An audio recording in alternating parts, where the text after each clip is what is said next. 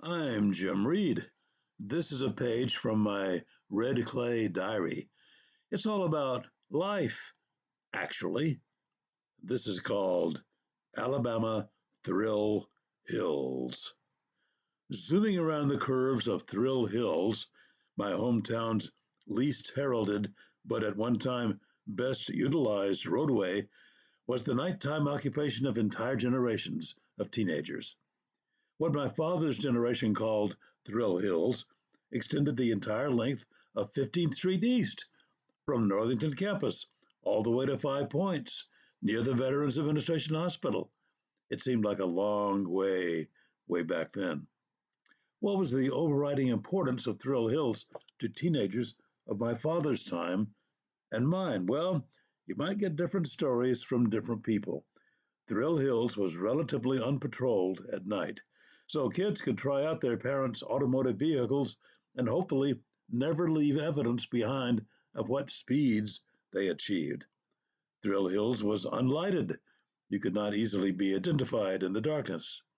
Back in those days, everybody knew everybody in this down south village, so you couldn't get away with much if you were seen whizzing by at 65 miles an hour on 15th Street, a considerable speed back then.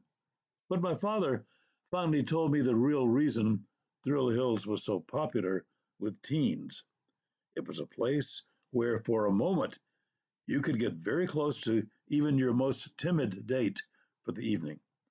Once you pressed the accelerator and leapt over those steep hills in the middle of the night into the asphalt valleys and around the surprise turns, your date would hopefully grab hold of you real tight, scream loud, and get all nervous and excited. Back then, that was as close to going all the way as you could get.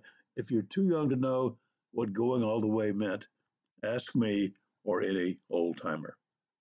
Thrill Hills also gave a girl an excuse to grab a guy without necessarily making a commitment.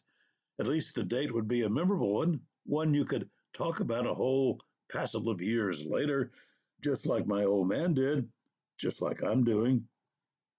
Every time I come to the village of my youth, I try to explore the old routes to places, and Thrill Hills is one of them.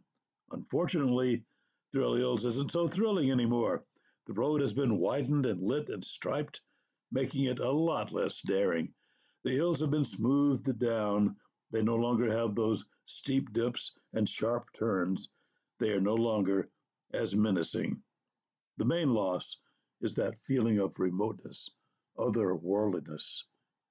Next time I'm cruising my past, I'll take one more imaginary tour of Thrill Hills.